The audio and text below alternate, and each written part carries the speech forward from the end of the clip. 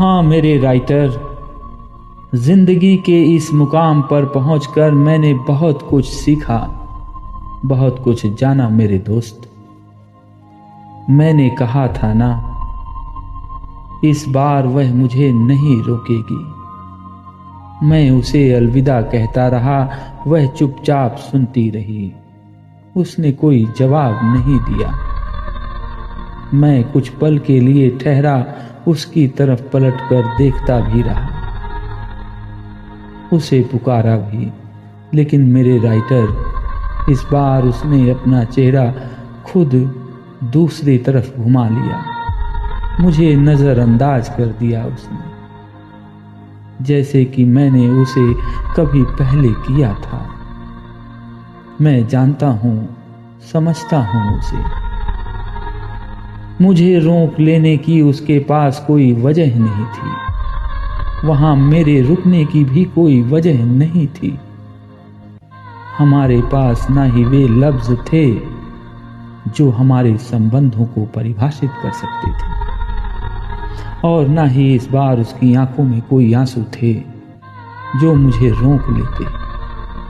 हाँ मेरे दोस्त, बेहद ही संजीदगी और शांत मन से शायद उसने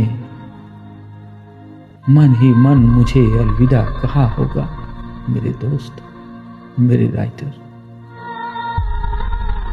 कितना अजीब इत्तेफाक है मेरे दोस्त, अपनी सभी बेचैनियों को, अपनी सभी अकुलाहटों को धीरे धीरे वह मुझ में शिफ्ट करती गई और खुद बेहद ही शांत सरल त्याग की मूर्ति बनकर रह गई।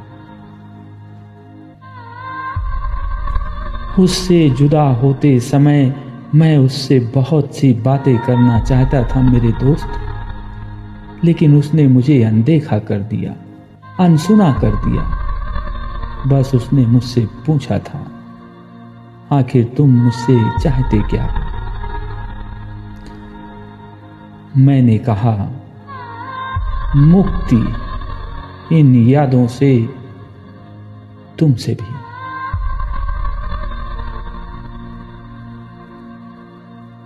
वह कुछ देर खामोश रही, उसके बाद उसने मुझसे कहा, यदि तुम यही चाहते हो तो जाओ। मैं ईश्वर से प्रार्थना करती हूं कि तुम अपनी सभी स्मृतियों को खो दो, अपनी सभी यादों को भूल जाओ। जब स्मृतियां ना ही होंगी तो मैं तुम्हारे आसपास कहीं भी नहीं रहूंगी। लेकिन जरा ठहरो, यदि तुम अपनी सभी स्मृतियों को खो दोगे तो आज जो तुम्हारी जिंदगी में शामिल हैं, इस तरह से तुम उन्हें भी तो भूल जाओगे।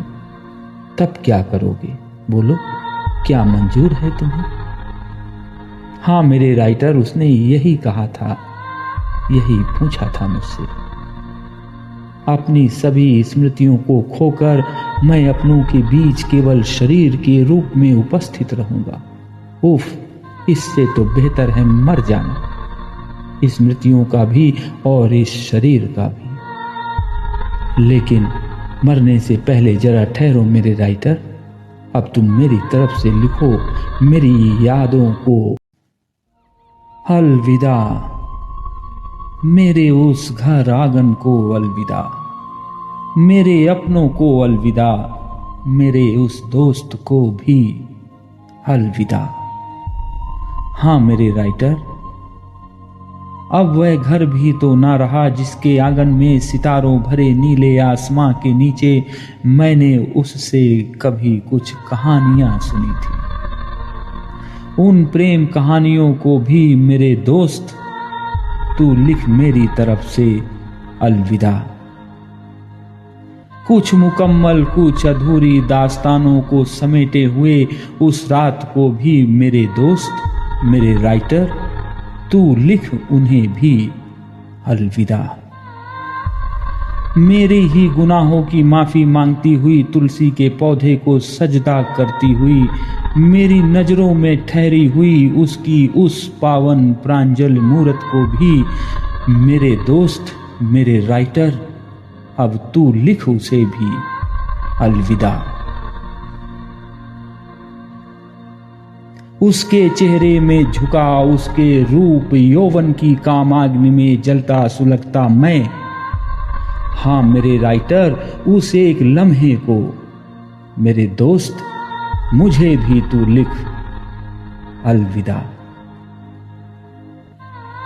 दिल की हर एक धड़कन के साथ उसके शरीर में उठती लहरों को भी मेरे दोस्त तू लिख अलविदा।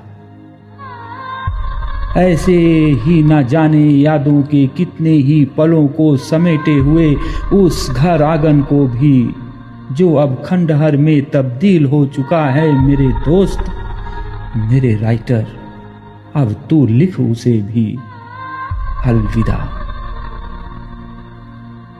अलविदा। हाँ मेरे राइटर, अलविदा।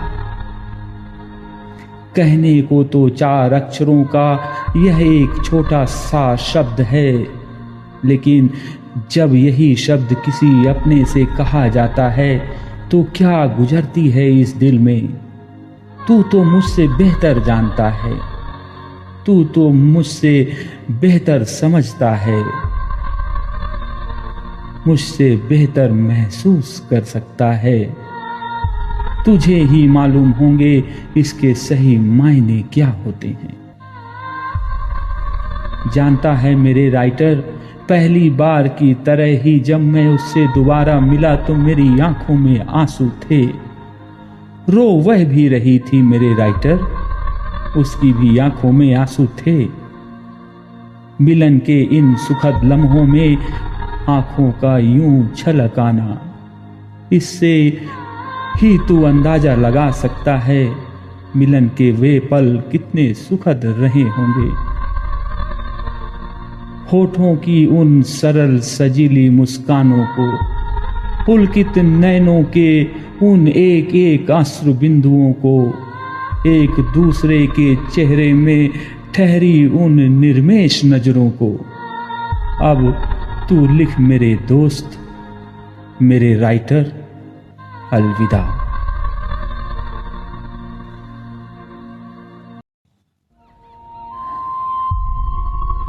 गुजरे जीवन के उन एक एक लम्हों को, बढ़ते जीवन पथ पर छूटी इन एक एक यादों को, भूली बिसरी कही अनकही सी हर एक एक बातों को, दिल में ठहरी आहों को, पलकों में आए अश्कों को। हाँ मेरे दोस्त, अब तू लिख इन्हें अलविदा। हाँ मेरे राइटर, अब मैं उसके लिए क्या कहूं, तू लिख मेरी तरफ से उसे।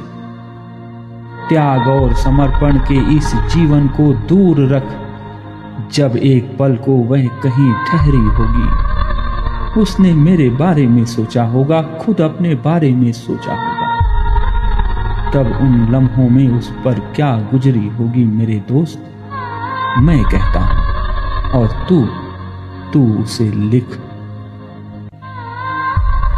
त्याग समर्पण का यह जीवन, जब एक पल को तुम ठहरी होगी, निकट नीर निधि के रहकर भी सुधा बूंद एक जीवन को तरसी होगी।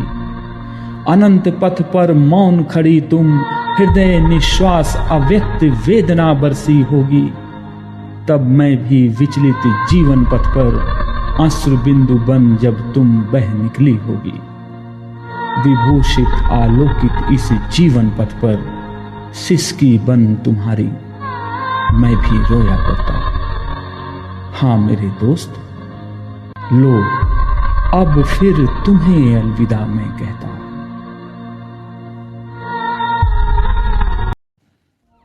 अब मैं थक गया हूं मेरे राइटर, बैठना चाहता हूं अपनी यादों के किसी एक माइलस्टोन के पास और मुक्त करना चाहता हूं खुद को अपनी सभी यादों से। मुक्त करना चाहता हूं मैं अपनी आत्मा रूपी संचित ऊर्जा को अपने इस शरीर से। इच्छा मृत्यु का वरदान केवल देव व्रत को नहीं मिला था मेरे दोस्त, मर्सी डेथ केवल उसका अधिकार नहीं था, यह एक कलात्मक विज्ञान है। शरीर में प्रवाहित संपूर्ण ऊर्जा को एक बिंदु में समेटकर शरीर के 24 आयामों से दूर निकाल इस अनंत ब्रह्मांड में मुक्त कर देना ही मृत्यु है। और सच पूछो मेरे राइटर, इसके लिए किसी जहर या फिर स्वयं को किसी अस्त्र शस्त्र से मारना भी आवश्यक नहीं होता है। यह मन के योग का शरीर से वियोग है और मैं अब इस विज्ञान को भली भांति जान चुका हूं मेरे दोस्त।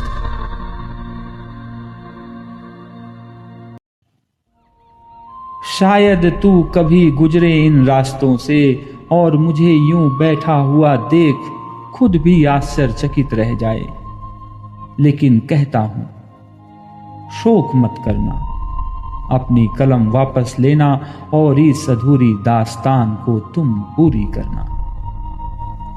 मेरा कोई पुनर्जन्म नहीं होगा और शायद इसीलिए मेरी कोई स्मृतियां नहीं होंगी। मेरे अंदर से निकली यह अनंत ऊर्जा तुम्हारे अंदर प्रवाहित होगी और मैं एक अवतार के रूप में तुम्हारे ही शरीर में रहूंगा।